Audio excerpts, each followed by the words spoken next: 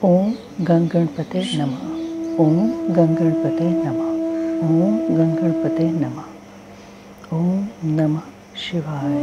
ओम नमः शिवाय। ओम नमः शिवाय। रुद्र संहिता प्रथम सृष्टि खंड। ऋषियों के प्रश्न के उत्तर में नारद ब्रह्म संवाद की अवतारणा करते हुए सूत जी का उन्हें नारद मुँह का प्रसंग सुनाना, काम विजय के गर्व से युक्त हुए नारद का शिव, ब्रह्मा तथा विष्णु के पास जाकर अपने तप का प्रभाव बताना, जो विश्व की उत्पत्ति, स्थिति और लय आदि के एकमात्र कारण हैं। गौरी गिरिराज कुमारी उमा के पति हैं, तत्वज्ञ हैं, जिनकी कीर्ति का कहीं अंत नहीं है, जो माया के आश्रय होकर भी उससे अत्यंत दूर हैं तथा जिनका स्वरूप अचिंत्य है। उन विमल बोध स्वरूप भगवान शिव को मैं प्रणाम करता हूँ। मैं स्वभाव से ही उन अनादि शांत स्वरूप एकमात्र पुरुषोत्तम शिव की वंदना करता हूँ, जो अपनी माया से इस संपूर्ण विश्व की सृष्टि करके आकाश की भांति इसके भीतर और बाहर भी स्थित हैं। जैसे लोहा चुंबक से आकृष्ट होकर उसके पास ही लटकता रहता है, उसी प्रकार ये सारे जगत सदा सब ओर जिसके आसपास ही भ्रमण करते हैं, जिन्होंने अपने से ही इस प्रपंच को रचने की विधि बताई थी, जो सबके भीतर अंतर्यामी रूप से विराजमान हैं तथा जिनका अपना स्वरूप अत्यंत गूढ़ है, उन भगवान शिव की मैं सादर वंदना करता हूँ। व्यास जी कहते हैं, जगत के पिता भगवान शिव, जगन्माता कल्याणमयी पार्वती तथा उनके पुत्र गणेश जी को नमस्कार करके हम इस पुराण का वर्णन करते हैं। एक समय की बात है, नैमिषारण्य में निवास करने वाले शौनक आदि सभी मुनियों ने उत्तम भक्ति भाव के साथ सूत जी से पूछा। ऋषि बोले, महाभाग सूत जी, विंध्येश्वर संहिता की जो साध्य साधन खंड नाम वाली शुभ एवं उत्तम कथा है, उसे हम लोगों ने सुन लिया। उसका आदि भाग बहुत ही रमणीय है तथा वह शिव भक्तों पर भगवान शिव का वात्सल्य स्नेह प्रकट करने वाली है। विद्वान, अब आप भगवान शिव के परम उत्तम स्वरूप का वर्णन कीजिए, साथ ही शिव और पार्वती के दिव्य चरित्रों का पूर्ण रूप से श्रवण कराइए। हम पूछते हैं, निर्गुण महेश्वर लोक में सगुण रूप कैसे धारण करते हैं? हम सब लोग विचार करने पर भी शिव के तत्व को नहीं समझ पाते। सृष्टि के पहले भगवान शिव किस प्रकार अपने स्वरूप से स्थित होते हैं, फिर सृष्टि के मध्यकाल में वे भगवान किस तरह क्रीड़ा करते हुए सम्यक व्यवहार बर्ताव करते हैं, और सृष्टि कल्प का अंत होने पर वे महेश्वर देव किस रूप में स्थित रहते हैं। लोक कल्याणकारी शंकर कैसे प्रसन्न होते हैं, और प्रसन्न हुए महेश्वर अपने भक्तों तथा दूसरों को कौन सा उत्तम फल प्रदान करते हैं, यह सब हमसे कहिए। हमने सुना है कि भगवान शिव शीघ्र प्रसन्न हो जाते हैं। वे महान दयालु हैं, इसलिए अपने भक्तों का कष्ट नहीं देख सकते। ब्रह्मा, विष्णु और महेश ये तीन देवता शिव के ही अंग से उत्पन्न हुए हैं। उनके प्राकट्य की कथा तथा उनके विशेष चरित्रों का वर्णन कीजिए। प्रभु, आप उमा के आविर्भाव और विवाह की भी कथा कहिए, विशेषतः उनके गार्हस्थ्य धर्म का और अन्य लीलाओं का भी वर्णन कीजिए। निष्पाप सूत जी, आपको ये सब दूसरी बातें भी अवश्य कहनी चाहिए। सूत जी ने कहा, मुनीश्वरों, आप लोगों ने बड़ी उत्तम बात पूछी है। भगवान सदाशिव की कथा में आप लोगों की जो आंतरिक निष्ठा हुई है, इसके लिए आप धन्यवाद के पात्र हैं। ब्राह्मणों, भगवान शंकर का गुणानुवाद सात्विक, राजस और तामस तीनों ही प्रकृति के मनुष्यों को सदा आनंद प्रदान करने वाला है। पशुओं की हिंसा करने वाले निष्ठुर कसाई के सिवा दूसरा कौन पुरुष उस गुणानुवाद को सुनने से ऊब सकता है? जिनके मन में कोई तृष्णा नहीं है, ऐसे महात्मा पुरुष भगवान शिव के उन गुणों का गान करते हैं, क्योंकि वह गुणावली संसार रूपी रोग की दवा है। मन तथा कानों को प्रिय लगने वाली और संपूर्ण मनोरथों को देने वाली है। ब्राह्मणों, आप लोगों के प्रश्न के अनुसार मैं यथा बुद्धि प्रयत्नपूर्वक शिव लीला का वर्णन करता हूँ। आप आदर पूर्वक सुने। जैसे आप लोग पूछ रहे हैं, उसी प्रकार देवर्षि नारद जी ने शिव रूपी भगवान विष्णु से प्रेरित होकर अपने पिता से पूछा था। अपने पुत्र नारद का प्रश्न सुनकर शिव भक्त ब्रह्मा जी का चित्त प्रसन्न हो गया और वे मुनि शिरोमणि को हर्ष प्रदान करते हुए प्रेम पूर्वक भगवान शिव के यश का गान करने लगे। एक समय की बात है, मुनि शिरोमणि विप्रवर नारद जी ने, जो ब्रह्मा जी के पुत्र हैं, विनीत चित्त हो तपस्या में मन लगाया। हिमालय पर्वत में कोई एक गुफा थी जो बड़ी शोभा से संपन्न दिखाई देती थी। उसके निकट देवनदी गंगा निरंतर वेग पूर्वक बहती थी।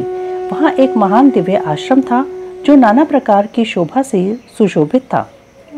दिव्यदर्शी नारद जी तपस्या करने के लिए उसी आश्रम में गए। उस गुफा को देखकर मुनिवर नारद जी बड़े प्रसन्न हुए और सुदीर्घ काल तक वहाँ तपस्या करते रहे। उनका अंतःकरण शुद्ध था। वे दृढ़ता पूर्वक आसन बांधकर मौन हो प्राणायाम पूर्वक समाधि में स्थित हो गए। ब्राह्मणों, उन्होंने वह समाधि लगाई जिसमें ब्रह्म का साक्षात्कार करने वाला अहम ब्रह्मास्मि, मैं ब्रह्म हूँ, यह विज्ञान प्रकट होता है। मुनिवर नारद जी जब इस प्रकार तपस्या करने लगे, उस समय यह समाचार पाकर देवराज इंद्र कांप उठे। वे मानसिक संताप से विह्वल हो गए।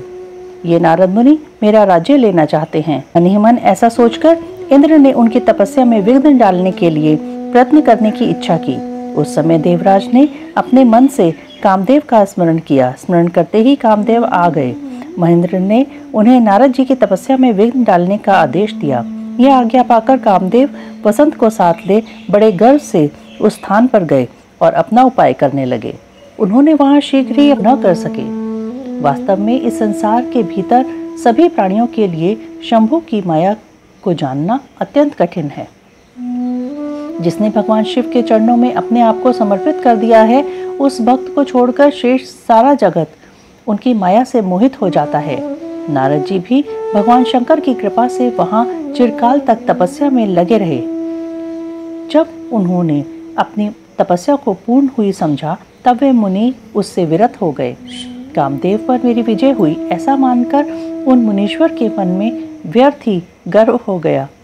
भगवान शिव की माया से मोहित होने के कारण उन्हें यथार्थ बात का ज्ञान नहीं रहा। यह नहीं समझ सके कि कामदेव के पराजित होने में भगवान शंकर का प्रभाव ही कारण है। उस माया से अत्यंत मोहित हो मुनि शिरोमणि नारद अपना काम विजय संबंधी वृतांत बताने के लिए तुरंत ही कैलाश पर्वत गए। उस समय वे विजय के मत से उन्मत्त हो रहे थे। वहां रुद्रदेव को नमस्कार करके गर्व से भरे हुए मुनि ने अपने आप को महात्मा मानकर तथा अपने ही प्रभाव से कामदेव पर अपनी विजय हुई समझकर उनसे सारा वृतांत कह सुनाया। वह सब सुनकर भक्त वत्सल भगवान शंकर ने नारद जी से, जो अपनी ही माया से मोहित होने के कारण काम विजय के यथार्थ कारण को नहीं जानते थे और अपने विवेक को भी खो बैठे थे, कहा। रुद्र बोले, तात नारद, तुम बड़े विद्वान हो, धन्यवाद के पात्र हो, परंतु मेरी यह बात ध्यान देकर सुनो। अब से फिर कभी ऐसी बात कहीं भी न कहना, विशेषतः भगवान विष्णु के सामने इसकी चर्चा कदापि न करना। तुमने मुझसे अपना जो वृत्तांत बताया है, उसे पूछने पर भी दूसरों के सामने न कहना। यह सिद्धि संबंधी वृत्तांत सर्वथा गुप्त रखने योग्य है। इसे कभी किसी पर प्रकट नहीं करना चाहिए।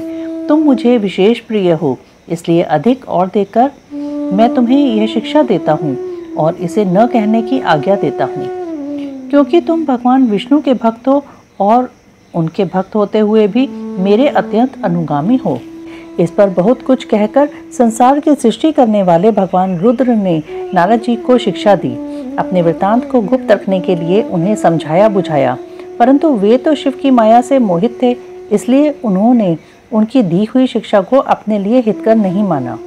तदंतर मुनि शिरोमणि नारद ब्रह्मलोक में गए। वहां ब्रह्मा जी को नमस्कार करके उन्होंने कहा, पिताजी, मैंने अपने तपोबल से कामदेव को जीत लिया है। उनकी वह बात सुनकर ब्रह्मा जी ने भगवान शिव के चरणार बिंदों का चिंतन किया और सारा कारण जानकर अपने पुत्र को यह सब कहने से मना किया, परंतु नारद जी शिव की माया से मोहित थे, अतएव उनके चित्त में मत का अंकुर जम गया था, उनकी बुद्धि मारी गई थी। इसलिए नारद जी अपना सारा वृत्तांत भगवान विष्णु के सामने कहने के लिए वहां से शीघ्र ही विष्णु लोक में गए। नारद मुनि को आते देख भगवान विष्णु बड़े आदर से उठे और शीघ्र ही आगे बढ़कर उन्होंने मुनि को हृदय से लगा लिया। मुनि के आगमन का क्या हेतु है, इसका उन्हें पहले से ही पता था। नारद जी को अपने आसन पर बिठाकर भगवान शिव के चरणारविंदों का चिंतन करके श्रीहरि ने उनसे पूछा। भगवान विष्णु बोले, तात कहाँ से आते हो? यहाँ किस लिए तुम्हारा आगमन हुआ है? मुनि श्रेष्ठ, तुम धन्य हो, तुम्हारे शुभागमन से मैं पवित्र हो गया। भगवान विष्णु का यह वचन सुनकर गर्व से भरे हुए नारद मुनि ने मत से मोहित होकर अपना सारा वृत्तांत बड़े अभिमान के साथ कह सुनाया। नारद मुनि का वह अहंकार युक्त वचन सुनकर मन ही मन भगवान विष्णु ने उनकी काम विजय के यथार्थ कारण को पूर्ण रूप से जान लिया। तत्पश्चात श्री विष्णु बोले, मुनि श्रेष्ठ, तुम धन्य हो, तपस्या के तो भंडार ही हो, तुम्हारा हृदय भी बड़ा उदार है।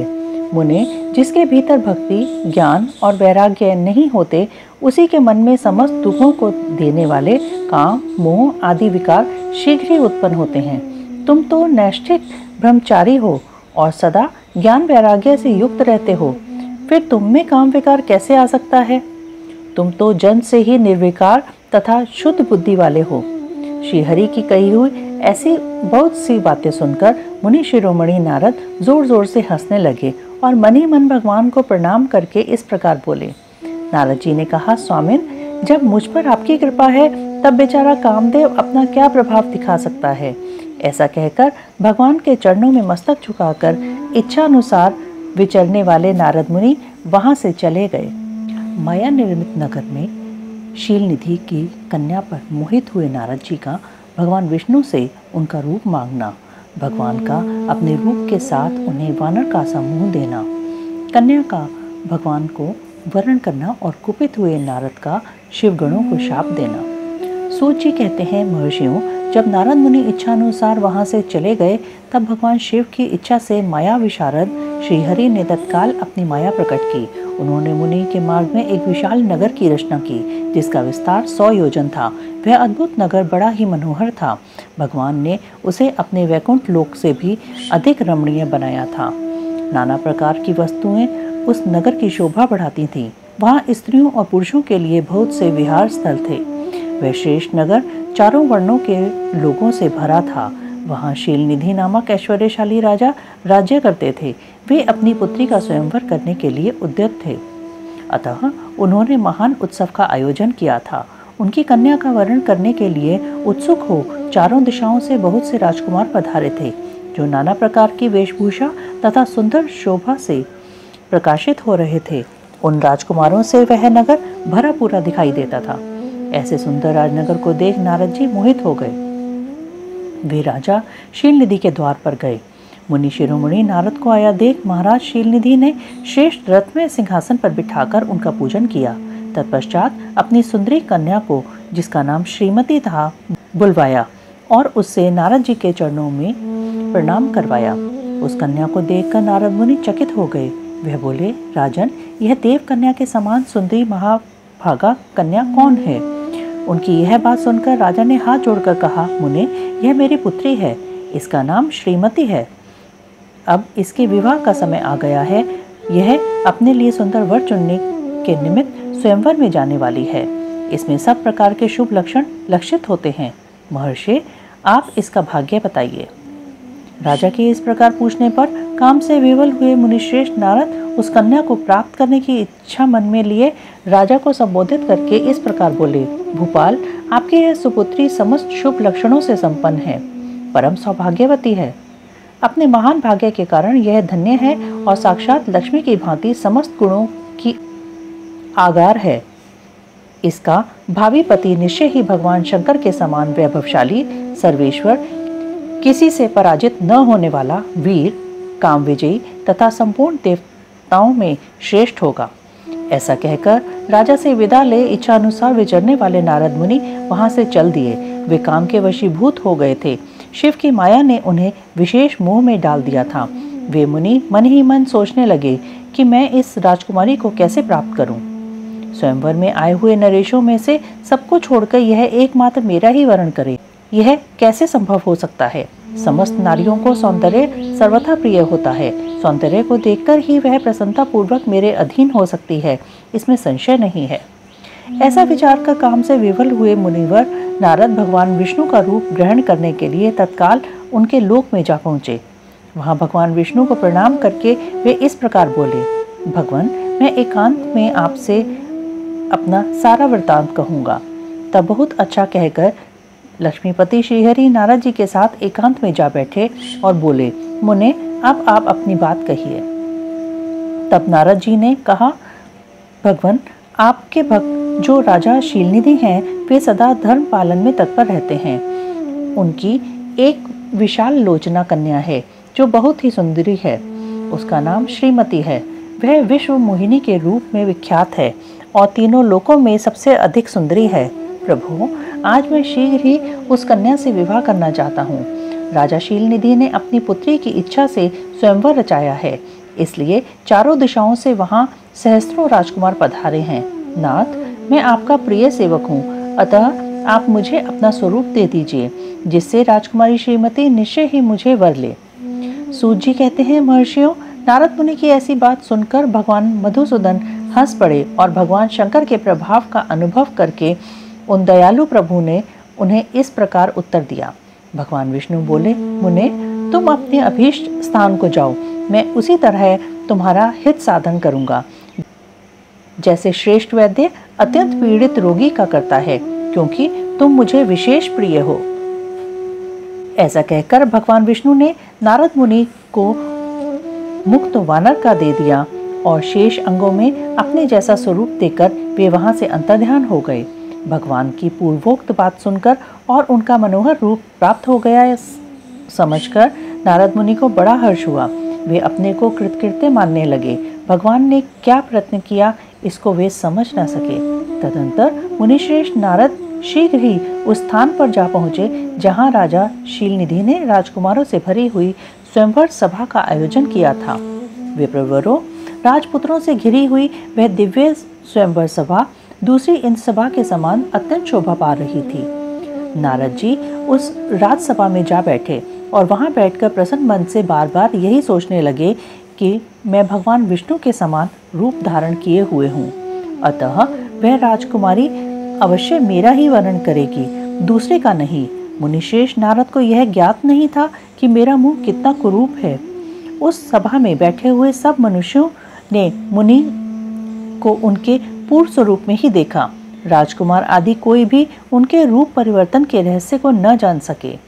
वहां नारद जी की रक्षा के लिए भगवान रुद्र के 2 पार्षद आए थे, जो ब्राह्मण का रूप धारण करके गूढ़ भाव से वहां बैठे थे। वे ही नारद जी के रूप परिवर्तन के उत्तम भेद को जानते थे। मुनि को कामावेश से मूढ़ हुआ जान वे दोनों पार्षद उनके निकट गए और आपस में बातचीत करते हुए उनकी हंसी उड़ाने लगे, परंतु मुनि तो काम से विवल हो रहे थे, अतः उन्होंने उनकी यथार्थ बात भी अनसुनी कर दी। वे मोहित हो श्रीमती को प्राप्त करने की इच्छा से उसके आगमन की प्रतीक्षा करने लगे। इसी बीच में वह सुंदरी राजकन्या स्त्रियों से घिरी हुई अंतःपुर से वहां आई। उसने अपने हाथ में सोने की एक सुंदर माला ले रखी थी। वह शुभ लक्षणा राजकुमारी स्वयंवर के मध्य भाग में लक्ष्मी के समान खड़ी हुई अपूर्व शोभा पा रही थी। उत्तम व्रत का पालन करने वाली वह भूप कन्या माला हाथ में लेकर अपने मन के अनुरूप वर का अन्वेषण करती हुई सारी सभा में भ्रमण करने लगी। नारद मुनि का भगवान विष्णु के समान शरीर और वानर जैसा मुंह देखकर वह कुपित हो गई और उनकी ओर से दृष्टि हटाकर प्रसन्न मन से दूसरी ओर चली गई। स्वयंवर सभा में अपने मनवांछित वर को न देखकर वह भयभीत हो गई। राजकुमारी उस सभा के भीतर चुपचाप खड़ी रह गई। उसने किसी के गले में जयमाला नहीं डाली। इतने में ही राजा के समान वेशभूषा धारण किए भगवान विष्णु वहां आ पहुंचे। किन्हीं दूसरे लोगों ने उनको वहां नहीं देखा, केवल उस कन्या की ही दृष्टि उन पर पड़ी। भगवान को देखते ही उस परम सुंदरी राजकुमारी का मुख प्रसन्नता से खिल उठा। उसने तत्काल ही उनके कंठ में वह माला पहना दी। राजा का रूप धारण करने वाले भगवान विष्णु उस राजकुमारी को साथ लेकर तुरंत अदृश्य हो गए और अपने धाम में जा पहुंचे। इधर वह राजकुमार श्रीमती की ओर से निराश हो गए। नारद मुनि तो काम वेदना से आतुर हो रहे थे, इसलिए वे अत्यंत विह्वल हो उठे। तब वे दोनों विप्र रूपधारी ज्ञान विशारद रुद्रगण काम विह्वल नारद जी से उसी क्षण बोले। रुद्रगणों ने कहा, हे नारद, हे मुने, तुम व्यर्थ ही काम से मोहित हो रहे हो और सौंदर्य के बल से राजकुमारी को पाना चाहते हो। अपना वानर के समान घृणित मुंह तो देख लो। सूत जी कहते हैं, महर्षियों, उन रुद्रगणों का यह वचन सुनकर नारद जी को बड़ा विस्मय हुआ। वे शिव की माया से मोहित थे। उन्होंने दर्पण में अपना मुंह देखा। वानर के समान अपना मुंह देख वे तुरंत ही क्रोध से जल उठे और माया से मोहित होने के कारण उन दोनों गणों को वहां शाप देते हुए बोले, अरे तुम दोनों ने मुझ ब्राह्मण का उपहास किया है, अतः तुम ब्राह्मण के वीर्य से उत्पन्न राक्षस हो जाओ। ब्राह्मण की संतान होने पर भी तुम्हारे आकार राक्षस के समान ही होंगे। इस प्रकार अपने लिए शाप सुनकर वे दोनों ज्ञानी शिरोमणि शिवगण मुनि को मोहित जानकर कुछ नहीं बोले। ब्राह्मणों, वे सदा सब घटनाओं में भगवान शिव की ही इच्छा मानते थे, अतः उदासीन भाव से अपने स्थान को चले गए और भगवान शिव की स्तुति करने लगे। नारद जी का भगवान विष्णु को क्रोधपूर्वक फटकारना और शाप देना, फिर माया के दूर हो जाने पर पश्चाताप पूर्वक भगवान के चरणों में गिरना और शुद्धि का उपाय पूछना तथा भगवान विष्णु का उन्हें समझा बुझाकर शिव का महात्म्य जानने के लिए ब्रह्मा जी के पास जाने का आदेश और शिव के भजन का उपदेश देना। सूत जी कहते हैं, महर्षियों, माया मोहित नारद मुनि उन दोनों शिवगणों को यथोचित शाप देकर भी भगवान शिव के इच्छावश मोह निद्रा से जाग न सके। वे भगवान विष्णु के किए हुए कपट को याद करके मन में दुस्सह क्रोध के लिए विष्णु लोक को गए और समिधा पाकर प्रज्वलित हुए अग्निदेव की भांति क्रोध से जलते हुए बोले। उनका ज्ञान नष्ट हो गया था, इसलिए वे दुर्वचन पूर्ण व्यंग सुनाने लगे। नारद जी ने कहा, अरे तुम बड़े दुष्ट हो, कपटी हो और समस्त विश्व को मोह में डाले रहते हो। दूसरों का उत्साह या उत्कर्ष तुमसे सहा नहीं जाता। तुम मायावी हो, तुम्हारा अंतःकरण मलिन है। पूर्व काल में तुम ही ने मोहिनी रूप धारण करके कपट किया, असुरों को वारुणी मदिरा पिलाई और उन्हें अमृत नहीं पीने दिया। छल कपट में ही अनुराग रखने वाले, हरे, यदि महेश्वर रुद्र दया करके विष न पी लेते तो तुम्हारी सारी माया उसी दिन समाप्त हो जाती। विष्णुदेव, कपटपूर्ण चाल तुम्हें अधिक प्रिय है। तुम्हारा स्वभाव अच्छा नहीं है, तो भी भगवान शंकर ने तुम्हें स्वतंत्र बना दिया है। तुम्हारी इस चाल ढाल को समझकर अब वे भी पश्चाताप करते होंगे। अपनी वाणी रूप वेद की प्रामाणिकता स्थापित करने वाले महादेव जी ने ब्राह्मण को सर्वोपरि बताया है। अरे, इस बात को जानकर आज मैं बलपूर्वक तुम्हें ऐसी सीख दूंगा जिससे तुम फिर कभी कहीं भी ऐसा कर्म नहीं कर सकोगे। अब तक तुम्हें किसी शक्तिशाली या तेजस्वी पुरुष से पाला नहीं पड़ा था, इसलिए आज तक तुम निडर बने हुए हो, परंतु विष्णु, अब तुम्हें अपनी करनी का पूरा पूरा फल मिलेगा। भगवान विष्णु से ऐसा कहकर माया मोहित नारद मुनि अपने ब्रह्म तेज का प्रदर्शन करते हुए क्रोध से खिन्न हो उठे और शाप देते हुए बोले, विष्णु, तुमने स्त्री के लिए मुझे व्याकुल किया है। तुम इसी तरह सबको मुंह में डालते रहते हो। यह कपटपूर्ण कार्य करते हुए तुमने जिस स्वरूप से मुझे संयुक्त किया था, उसी स्वरूप से तुम मनुष्य हो जाओ और स्त्री के वियोग का दुख भोगो। तुमने जिन वानरों के समान मेरा मुख बनाया था, वे ही उस समय तुम्हारे सहायक हों। तुम दूसरों को दुख देने वाले हो, अतः स्वयं भी तुम्हें स्त्री के वियोग का दुख प्राप्त हो। अज्ञान से मोहित मनुष्यों के समान तुम्हारी स्थिति हो। अज्ञान से मोहित हुए नारद जी ने मोहवश श्रीहरि को जब इस तरह शाप दिया, तब उन्होंने शंभु की माया की प्रशंसा करते हुए उस शाप को स्वीकार कर लिया। तदंतर महालीला करने वाले शंभु ने अपनी उस विश्व मोहिनी माया को, जिसके कारण ज्ञानी नारद मुनि भी मोहित हो गए थे, खींच लिया। उस माया के तिरोहित होते ही नारद जी पूर्ववत शुद्ध बुद्धि से युक्त हो गए। उन्हें पूर्ववत ज्ञान प्राप्त हो गया और उनकी सारी व्याकुलता जाती रही। इससे उनके मन में बड़ा विस्मय हुआ। वे अधिकाधिक पश्चाताप करते हुए बारंबार अपनी निंदा करने लगे।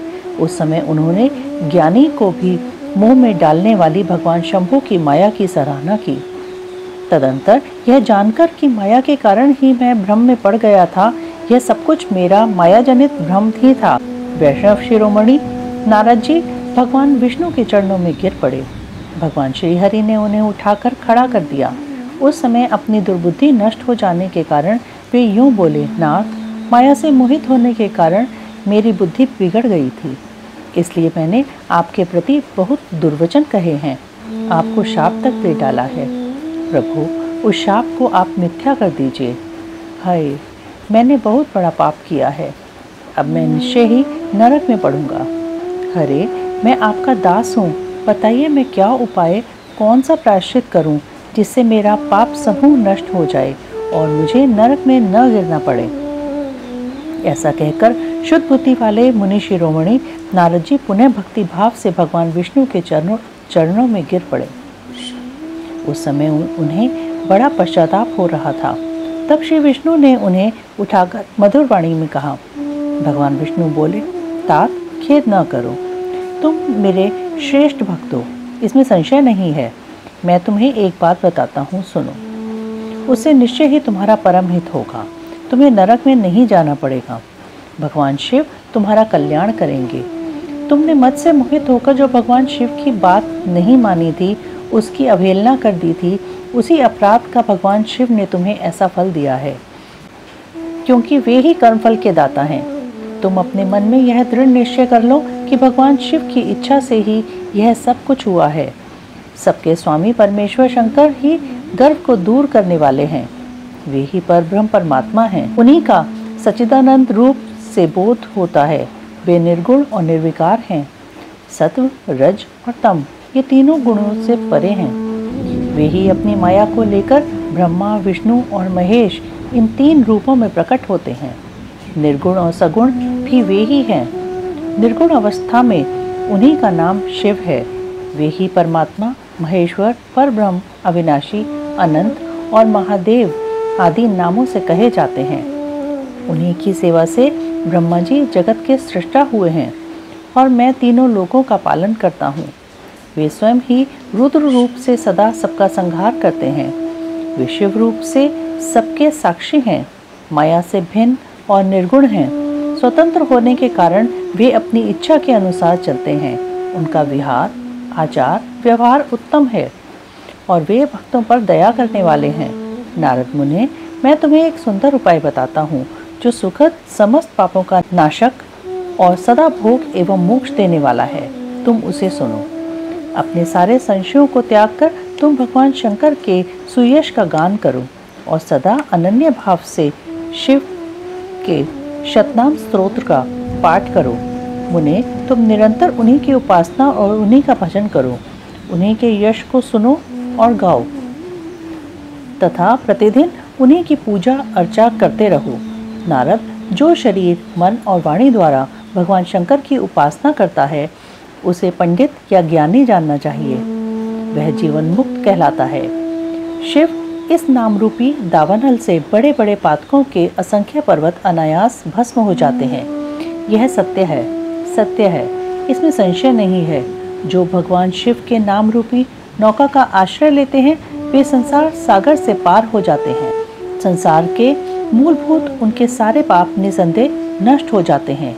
महामुने, संसार के मूलभूत जो पातक रूपी वृक्ष हैं, उनका शिवा नाम रूपी कुठार से निश्चय ही नाश हो जाता है। जो लोग पाप रूपी दावानल से पीड़ित हैं, उन्हें शिव नाम रूपी अमृत का पान करना चाहिए। पाप दावाग्नि से दग्ध होने वाले प्राणियों को उसके बिना शांति नहीं मिल सकती। संपूर्ण वेदों का अवलोकन करके पूर्ववर्ती विद्वानों ने यही निश्चय किया है कि भगवान शिव की पूजा ही उत्कृष्ट साधन तथा जन्म मरण रूपी संसार बंधन के नाश का उपाय है।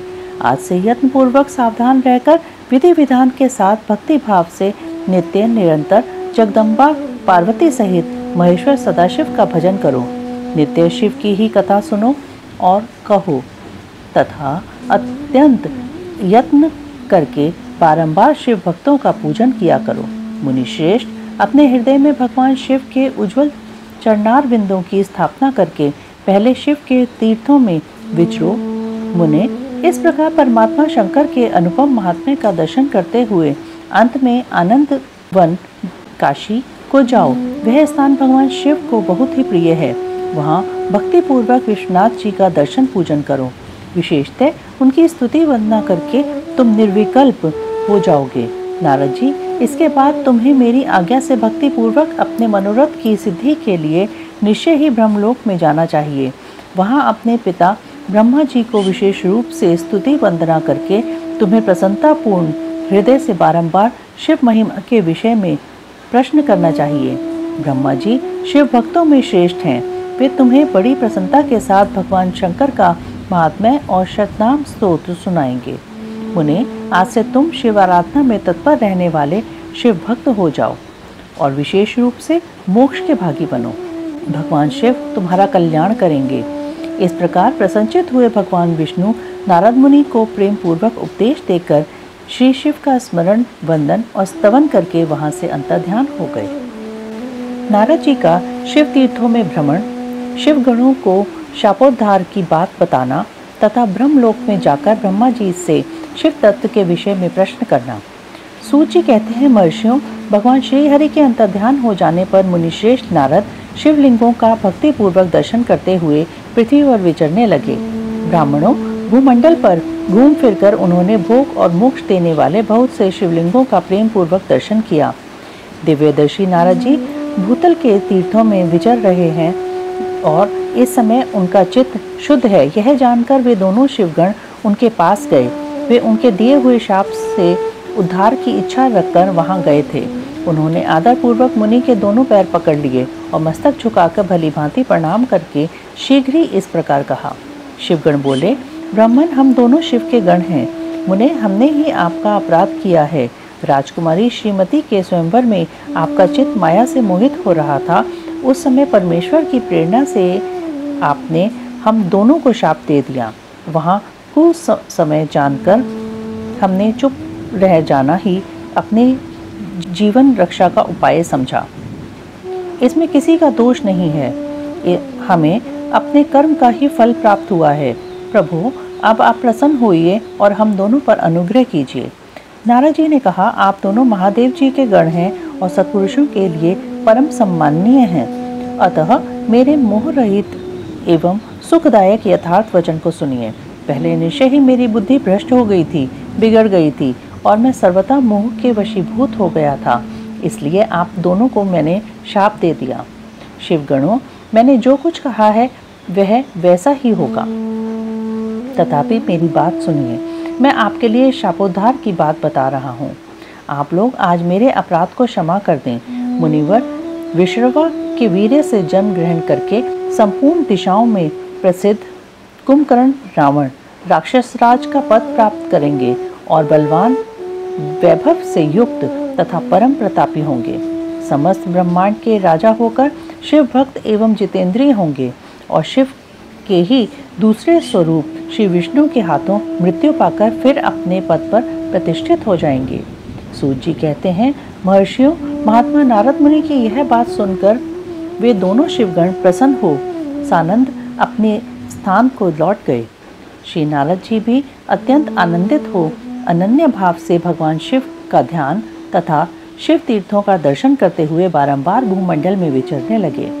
अंत में वे सबके ऊपर विराजमान शिव प्रिया काशीपुरी में गए, जो शिव स्वरूपिणी एवं शिव को सुख देने वाली है। काशीपुरी का दर्शन करके नारद जी कृतार्थ हो गए। उन्होंने भगवान काशीनाथ का दर्शन किया और परम प्रेम एवं परमानंद से युक्त हो उनकी पूजा की। काशी का सानंद सेवन करके वे मुनिश्रेष्ठ कृतार्थ का अनुभव करने लगे और प्रेम से विह्वल हो उसका नमन, वर्णन तथा स्मरण करते हुए ब्रह्मलोक को गए। निरंतर शिव का स्मरण करने से की बुद्धि शुद्ध हो गई थी। वहां पहुंचकर शिव तत्व का विशेष रूप से ज्ञान प्राप्त करने की इच्छा से नारद जी ने ब्रह्मा जी को भक्ति पूर्वक नमस्कार किया और नाना प्रकार के स्तोत्रों द्वारा उनकी स्तुति करके उनसे शिव तत्व के विषय में पूछा। उस समय नारद जी का हृदय भगवान शंकर के प्रति भक्ति भाव से परिपूर्ण था। नारद जी बोले, ब्राह्मण, पर ब्रह्म परमात्मा के स्वरूप को जानने वाले पितामह जगत प्रभु, आपके कृपा प्रसाद से मैंने भगवान विष्णु के उत्तम महात्म्य का पूर्णतया ज्ञान प्राप्त किया है। भक्ति मार्ग, ज्ञान मार्ग, अत्यंत दुस्तर तपो मार्ग, दान मार्ग तथा तीर्थ मार्ग का भी वर्णन सुना है, परंतु शिव तत्व का ज्ञान मुझे अभी तक नहीं हुआ है। मैं भगवान शंकर की पूजा विधि को भी नहीं जानता। अतः प्रभु, आप क्रमशः इन विषयों को तथा भगवान शिव के विविध चरित्रों को तथा उनके स्वरूप, तत्व, प्राकट्य, विवाह, गार्हस्थ्य धर्म सब मुझे बताइए। निष्पाप पितामह, ये सब बातें तथा और भी जो आवश्यक बातें हों, उन सबका आपको वर्णन करना चाहिए। प्रजानाथ, शिव और शिवा के आविर्भाव एवं विवाह का प्रसंग विशेष रूप से कहिए तथा कार्तिकेय के जन्म की कथा भी मुझे सुनाइए। प्रभु, पहले बहुत से लोगों से मैंने ये बातें सुनी हैं, किंतु तृप्त नहीं हो सका हूँ, इसलिए आपकी शरण में आया हूँ। आप मुझ पर कृपा कीजिए। अपने पुत्र नारद की यह बात सुनकर लोक पितामह ब्रह्मा वहाँ इस प्रकार बोले। महाप्रलय काल में केवल सद्ब्रह्म की सत्ता का प्रतिपादन, उस निर्गुण निराकार ब्रह्म से ईश्वर मूर्ति सदाशिव का प्राकट्य, सदाशिव द्वारा स्वरूप भूता शक्ति अंबिका का प्रकटीकरण, उन दोनों के द्वारा उत्तम क्षेत्र काशी या आनंदवन का प्रादुर्भाव, शिव के वामांग से परम पुरुष विष्णु का आविर्भाव तथा उनके सकाश से प्राकृत तत्वों की क्रमशः उत्पत्ति का वर्णन। ब्रह्मा जी ने कहा, ब्रह्मन, देव शिरोमणे, तुम सदा समस्त जगत के उपकार में ही लगे रहते हो। तुमने लोगों के हित की कामना से यह बहुत उत्तम बात पूछी है, जिसके सुनने से संपूर्ण लोगों के समस्त पापों का क्षय हो जाता है। उस अनामय शिव तत्व का मैं तुमसे वर्णन करता हूँ। शिव तत्व का स्वरूप बड़ा ही उत्कृष्ट और अद्भुत है। जिस समय समस्त चराचर जगत नष्ट हो गया था, सर्वत्र केवल अंधकार ही अंधकार था। न सूर्य दिखाई देते थे, न चंद्रमा। अन्य ग्रहों और नक्षत्रों का भी पता नहीं था। न दिन होता था, न रात। अग्नि, पृथ्वी, वायु और जल की भी सत्ता नहीं थी। प्रधान तत्व से रहित सूना आकाश मात्र शेष था। दूसरे किसी तेज की उपलब्धि नहीं होती थी। अदृष्ट आदि का भी अस्तित्व नहीं था। शब्द और स्पर्श भी साथ छोड़ चुके थे। गंध और रूप की भी अभिव्यक्ति नहीं होती थी। रस का भी अभाव हो गया था। दिशाओं का भी ज्ञान नहीं होता था। इस प्रकार सब ओर निरंतर सूची भेद्य घोर अंधकार फैला हुआ था। उस समय तत्सद ब्रह्म, इस श्रुति में जो सत सुना जाता है, एकमात्र वही शेष था। जब यह, वह, ऐसा, जो इत्यादि रूप से निर्दिष्ट होने वाला भावात्मक जगत नहीं था, उस समय एकमात्र वह सत ही शेष था, जिसे योगी जन अपने हृदय काक्ष के भीतर निरंतर देखते हैं। वह सतत्व मन का विषय नहीं है। वाणी की भी वहाँ तक कभी पहुँच नहीं होती। वह नाम तथा रूप रंग से भी शून्य है। वह न स्थूल है, न कृश, न ह्रस्व है, न दीर्घ, तथा न लघु है और न गुरु। उसमें न कभी वृद्धि होती है और न ह्रास। श्रुति भी उसके विषय में चकित भाव से है इतना ही कहती है, अर्थात उसकी सत्ता मात्र का ही निरूपण कर पाती है। उसका कोई विशेष विवरण देने में असमर्थ हो जाती है। वह सत्य ज्ञान स्वरूप, अनंत, परमानंदमय, परम ज्योति स्वरूप, अप्रमेय, आधार रहित, निर्विकार, निराकार, निर्गुण, योगी गम्य, सर्वव्यापी, सबका एकमात्र कारण, निर्विकल्प, निरारंभ, माया शून्य, उपद्रव रहित, अद्वितीय, अनादि, अनंत, संकोच विकास से शून्य तथा चिन्मय है। जिस परब्रह्म के विषय में ज्ञान और अज्ञान से पूर्ण उक्तियों द्वारा इस प्रकार विकल्प किए जाते हैं, उसने कुछ काल के बाद द्वितीय की इच्छा प्रकट की। उसके भीतर एक से अनेक होने का संकल्प उदित हुआ। तब उस निराकार परमात्मा ने अपनी लीला शक्ति से अपने लिए मूर्ति आकार की कल्पना की। वह मूर्ति संपूर्ण ऐश्वर्य गुणों से संपन्न, सर्व ज्ञानमयी, शुभ स्वरूपा, सर्वव्यापिनी, सर्वस्वरूपा, सर्वदर्शिनी, सर्वकारिणी, सबकी एकमात्र वंदनिया, सर्वाद्या, सब कुछ देने वाली और संपूर्ण संस्कृतियों का केंद्र थी। उस शुद्ध रूपिणी ईश्वर मूर्ति की कल्पना करके वह अद्वितीय, अनादि, अनंत, सर्व प्रकाशक, चिन्मय, सर्वव्यापी और अविनाशी परब्रह्म अंतर्रहित हो गया।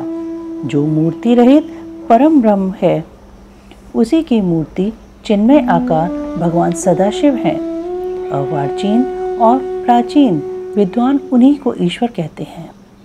एकाकी रहकर स्वेच्छानुसार विहार करने वाले उन सदाशिव ने अपने विग्रह से स्वयं ही एक स्वरूप भूता शक्ति की सृष्टि की, जो उनके अपने श्री अंग से कभी अलग होने वाली नहीं थी। उस पराशक्ति को प्रधान, प्रकृति, गुणवती, माया, बुद्धि तत्व की जननी तथा विकार रहित बताया गया है। वह शक्ति अंबिका कही गई है। उसी को प्रकृति, सर्वेश्वरी, त्रिदेव जननी, नित्या और मूल कारण भी कहते हैं। सदाशिव द्वारा प्रकट की गई उस शक्ति के 8 भुजाएं हैं। उस शुभ लक्षणा देवी के मुख की शोभा विचित्र है। वह अकेली ही अपने मुख मंडल में सदा 1 सहस्त्र चंद्रमाओं की कांति धारण करती हैं। नाना प्रकार के आभूषण उसके श्रीअंगों की शोभा बढ़ाते हैं। वह देवी नाना प्रकार की गतियों से संपन्न है और अनेक प्रकार से अस्त्र शस्त्र धारण करती है। उसके खुले हुए नेत्र खिले हुए कमल के समान जान पड़ते हैं। वह अचिंत्य तेज से जगमगाती है। वह सबकी योनि है और सदा उद्यमशील रहती है। एकाग्नि होने पर भी वह माया संयोग वशात अनेक हो जाती है। वे जो सदाशिव हैं, उन्हें परम पुरुष ईश्वर, शिव, शंभु और महेश्वर कहते हैं। वे अपने मस्तक पर आकाश गंगा को धारण करते हैं। उनके भाल देश में चंद्रमा शोभा पाते हैं। उनके 5 मुख हैं और प्रत्येक मुख में 3-3 नेत्र हैं। उनका चित्त सदा प्रसन्न रहता है। वे 10 भुजाओं से युक्त और त्रिशूलधारी हैं। उनके श्रीअंगों की प्रभा कर्पूर के समान श्वेत गौर है। वे अपने सारे अंगों में भस्म रमाए रहते हैं। उन काल रूपी ब्रह्म ने एक ही समय शक्ति के नाथ शिवलोक नामक क्षेत्र का निर्माण किया था। उस उत्तम क्षेत्र को ही काशी कहते हैं। वह परम निर्वाण या मोक्ष का स्थान है, जो सबके ऊपर विराजमान है। वे प्रियतम रूप शक्ति और शिव, जो परमानंद स्वरूप हैं, उन मनोरम क्षेत्र में नित्य निवास करते हैं। काशीपुरी परमानंद स्वरूपिणी है। मुने, शिव और शिवा ने प्रलय काल में भी कभी उस क्षेत्र को अपने सानिध्य से मुक्त नहीं किया है। इसलिए विद्वान पुरुष उसे अभिमुख क्षेत्र के नाम से भी जानते हैं। वह क्षेत्र आनंद का हेतु है, इसलिए पिनाकधारी शिव ने पहले उसका नाम आनंदवन रखा था। उसके बाद वह अभिमुक्त के नाम से प्रसिद्ध हुआ। देवर्षि, एक समय उस आनंदवन में रमण करते हुए शिवा और शिव के मन में यह इच्छा हुई कि किसी दूसरे पुरुष की भी सृष्टि करनी चाहिए, जिस पर यह सृष्टि संचालन का महान भार रखकर हम दोनों केवल काशी में रहकर इच्छानुसार विचरें और निर्वाण धारण करें। वही पुरुष हमारे अनुग्रह से सदा सबकी सृष्टि करे, पालन करे और वही अंत में सबका संहार भी करे। यह चित्त एक समुद्र के समान है। इसमें चिंता की उत्ताल तरंगे उठ उठकर इसे चंचल बनाए रहती हैं। इसमें सतगुण रूपी रत्न, तमोगुण रूपी ग्राह और रजोगुण रूपी मूंगे भरे हुए हैं। इस विशाल चित्त समुद्र को संकुचित करके हम दोनों उस पुरुष के प्रसाद से आनंद कानन काशी में सुखपूर्वक निवास करें। यह आनंदवन वह स्थान है जहाँ हमारी मनोवृत्ति सब ओर से सिमटकर इसी में लगी हुई है तथा जिसके बाहर का जगत चिंता से आतुर प्रतीत होता है। ऐसा निश्चय करके शक्ति सहित सर्वव्यापी परमेश्वर शिव ने अपने वाम भाग में 10वें अंक पर अमृत मल लिया। फिर तो वहां से एक पुरुष प्रकट हुआ जो तीनों लोकों में सबसे अधिक सुंदर था। वह शांत था, उसमें सतगुण की अधिकता थी तथा वह गंभीरता का अथाह सागर था। मुने, क्षमा नामक गुण से युक्त उस पुरुष के लिए ढूंढने पर भी कहीं कोई उपमा नहीं मिलती थी।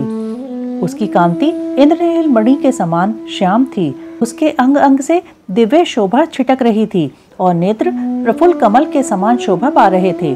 श्रीअंगों पर सुवर्ण की सी कांति वाले 2 सुंदर रेशमी पीतांबर शोभा दे रहे थे। किसी से भी पराजित न होने वाला वह वीर पुरुष अपने प्रचंड भुजदंडों से सुशोभित हो रहा था। तदंतर उस पुरुष ने परमेश्वर शिव को प्रणाम करके कहा, स्वामिन, मेरे नाम निश्चित कीजिए और काम बताइए। उस पुरुष की यह बात सुनकर महेश्वर भगवान शंकर हंसते हुए मेघ के समान गंभीर वाणी में उससे बोले। शिव ने कहा, वत्स, व्यापक होने के कारण तुम्हारा विष्णु नाम विख्यात हुआ। इसके सिवा और भी बहुत से नाम होंगे जो भक्तों को सुख देने वाले होंगे। तुम सुस्थिर उत्तम तप करो, क्योंकि वही समस्त कार्यों का साधन है। ऐसा कहकर भगवान शिव ने श्वास मार्ग से श्री विष्णु को वेदों का ज्ञान प्रदान किया। तदंतर अपनी महिमा से कभी च्युत न होने वाले श्रीहरि भगवान शिव को प्रणाम करके बड़ी भारी तपस्या करने लगे और शक्ति सहित परमेश्वर शिव भी पार्षद गणों के साथ वहां से अदृश्य हो गए। भगवान विष्णु ने सुदीर्घ काल तक बड़ी कठोर तपस्या की। तपस्या के परिश्रम से युक्त भगवान विष्णु के अंगों से नाना प्रकार की जल धाराएं निकलने लगीं। यह सब भगवान शिव की माया से ही संभव हुआ। महामुने, उस जल से सारा सूना आकाश व्याप्त हो गया। वह ब्रह्म रूप जल अपने स्पर्श मात्र से सब पापों का नाश करने वाला सिद्ध हुआ। उस समय थके हुए परम पुरुष विष्णु ने स्वयं उस जल में शयन किया। वे दीर्घ काल तक बड़ी प्रसन्नता के साथ उसमें रहे। नार अर्थात जल में शयन करने के कारण ही उनका नारायण यह श्रुति सम्मत नाम प्रसिद्ध हुआ। उस समय उन परम पुरुष नारायण के सिवा दूसरी कोई प्राकृत वस्तु नहीं थी। उसके बाद ही उन महात्मा नारायण देव से यथा समय सभी तत्व प्रकट हुए। महामते, विद्वान, मैं उन तत्वों की उत्पत्ति का प्रकार बता रहा हूँ। सुनो, प्रकृति से महतत्व प्रकट हुआ और महतत्व से 3 गुण। इन गुणों के भेद से ही त्रिविद्य अहंकार की उत्पत्ति हुई। अहंकार से 5 तन्मात्राएं हुई और उन तन्मात्राओं से 5 भूत प्रकट हुए। उसी समय ज्ञानेंद्रियों और कर्मेंद्रियों का भी प्रादुर्भाव हुआ। मुनिश्रेष्ठ, इस प्रकार मैंने तुम्हें तत्वों की संख्या बताई है। इसमें से पुरुष को छोड़कर शेष सारे तत्व प्रकृति से प्रकट हुए हैं, इसलिए सबके सब जड़ हैं। तत्वों की संख्या 24 है। उस समय एकाकार हुए 24 तत्वों को ग्रहण करके परम पुरुष नारायण भगवान शिव की इच्छा से ब्रह्मरूप जल में सो गए। ओम नमः शिवाय। ओम नमः शिवाय।